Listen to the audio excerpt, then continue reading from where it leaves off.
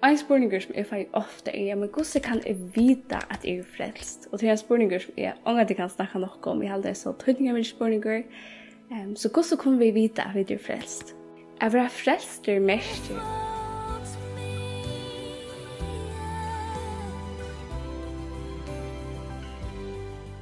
Hei, hjertelig velkommen til VAKURLEIKI.FO. Det er Dina Norberg Sitrer, og tog vi kanalen VAKURLEIKI.FO, og her tar vi om VAKURLEIKAN i Bibelene, i Evangelion, og også hvordan jeg og du kunne bli råknet på en VAKURLEIKAN hoft. Og i dag så får vi det her om evne frelsan. Og det faktisk ordentlig løylig. Til sørst hørte vi om synd, og hvordan alle mennesker falt under synd, og også vid, og hvordan vi også tørver bjerging og en frelsa. Det det som frelsa merkir. Og det får vi det her om i dag. Og som alltid så får vi det börja vid en søv om Jens og Daniel her til å sette Abba nekra spurningar. Jensa og Daniel sette Abba fra hva var Hetta svimjehøttene om morgenen. Og en jenta som ikke dodde å svimja leipetøy her djupas vær av øvast, men løybjergaren bjerga henne undan å drukna. Det kunne alt til en sorgarløg, sier Abben. Si mer til løybjergaren rette jenta til håndene. Hva sier hun? Sier hun, fær bostur, men tørver ikke dine hjelp, spurte Abben. Sier hun til? Jensa svarer, nei, sjølvan ikke. Hun tok fast i hånd løybjergarens, og jeg hørte hun si, takk fyrir, atter da hun kom opp ur hilen. Hun visste at hun ikke klarer dette selv. Ongen for å nokta hjelp fra en løybjergare og rønne hjelpa. Tyverre det ikke så, Jensa, svarer Abben. Hvem det nokta folk at jeg kan måtte hjelp Guds at bjerga tøymon. Og annes braun av bøtnon sa Abben at nu var tog å svære spurningum. Og første spurninger i det når vi lukka hjelpersleg som et menneske som druknar? Så vi hadde søgnast om at Gud må døma synd. Vi synda til vi har en synda natur. Og begrunda synden okkara, la orsaka synden okkara koma vid under døm, Gud må døma alla synd. Og straffen for synd en evig skyldnaver fra Gode. Vi hjelpersleg, så vi klarer ikke å nøkta og en høyla en god. Og vi klarer ikke å gjalda for okkar egen synd.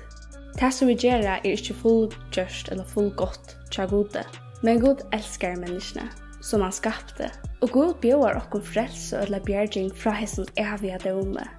Men først så må vi være sann ved Gode om at vi i nei. Lukka som gentan så må du drukna. Vi må vikenga innrømma at vi klarer ikke å bjerga okkur sjálvum. Så hvordan kan et menneske være frelst eller bjerga fra en evigere refsing og en evig døme? Et menneske kan ikke frelsa seg selv, og ingen kan gjøre det for et annet menneske. Til øynens øynvever til frelsa for menneske. Og Bibelen sier, «Til medan vid enn var måttleis, døy Kristus, til tøyen var kommet for godleis». Rombrev 5:6. Et menneske som ved å drukna går til hjelpene fra en som mentor av hjelp, en som kan hjelpe. Og vi må lukka som gå til hjelpene fra tog sterskere, til som førefire av hjelp okken. At bjerge okken ur evige refsing. Og Gud visste at vi kunne ikke frelse eller bjerge okken selv. Og tog utveier han en frelsere og en bjergingarmann til okken. Og det var sonersøyn Jesus Kristus.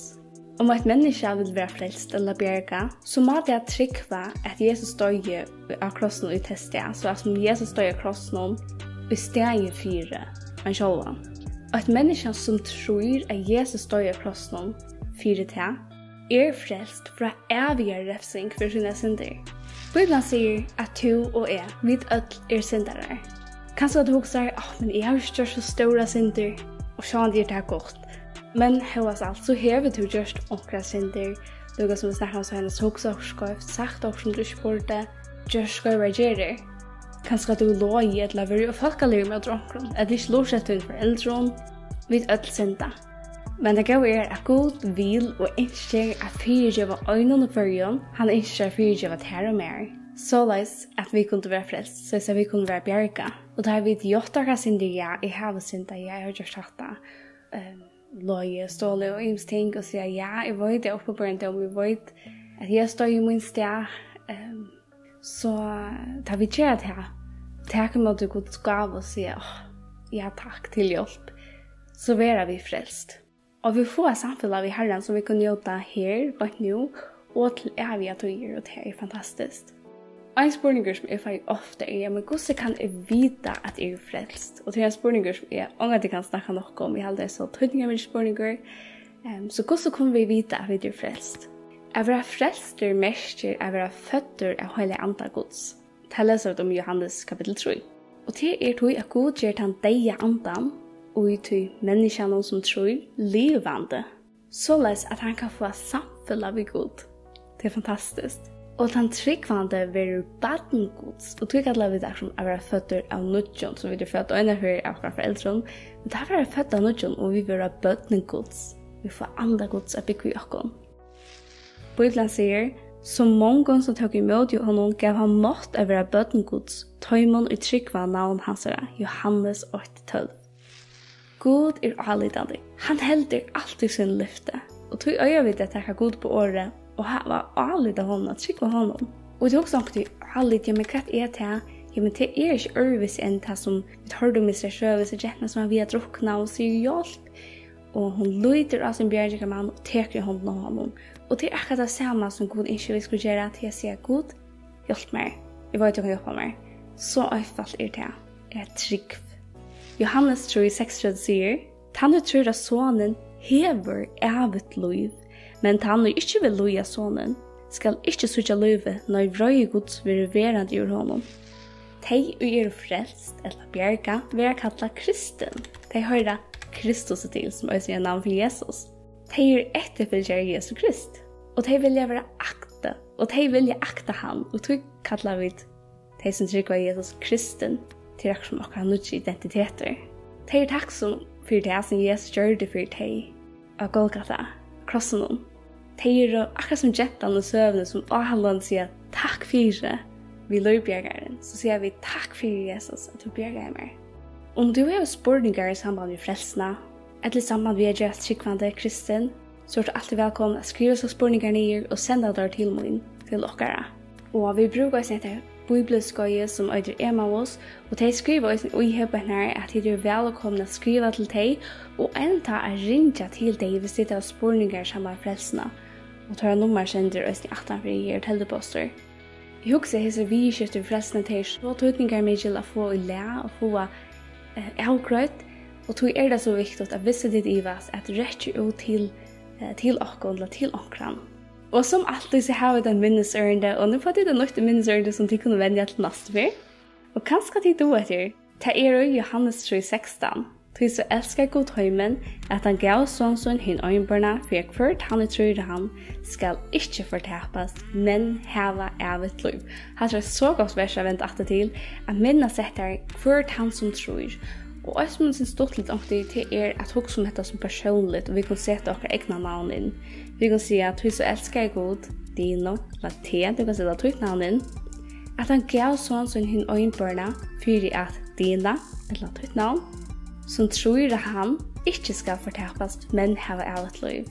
Og det er så fantastisk å minnes Hetta, minnesørende, og vite at vi trygg av Jesus, så vera vi bjerga.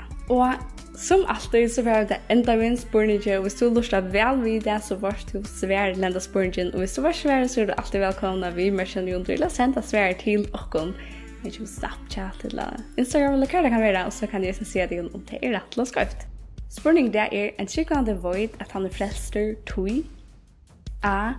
God vil lova frelsa syndarar og han held sin lyfte. B. Han kommer til møte kvønnsonde. C. Han er doktor. D. Han gjør goa gjer hver vika. Så hva heldur du Sverige? Lett med fratta. Tusen takk for at du tok det videre. Hvis Hetta video hjelpte her, så er du velkommen at dama video, og jeg sender det til tunne viner eller døydlada. Til øysen en ordentlig hjelp for oss, så flere mennesker kunne høre hvordan de kunne være frelst, og ikke gjenge og ivast vi har som tøyningarmikle spørninger. Og dette er tøyningarmikle spørninger som de kan spre dere selv, og øysen som de kan teppe en avgjør om, og det er noe som kommer å avvarske bare løyve her og løyve i 18. Takk for at du tok det videre. Vi ses etter neste høst. Bye!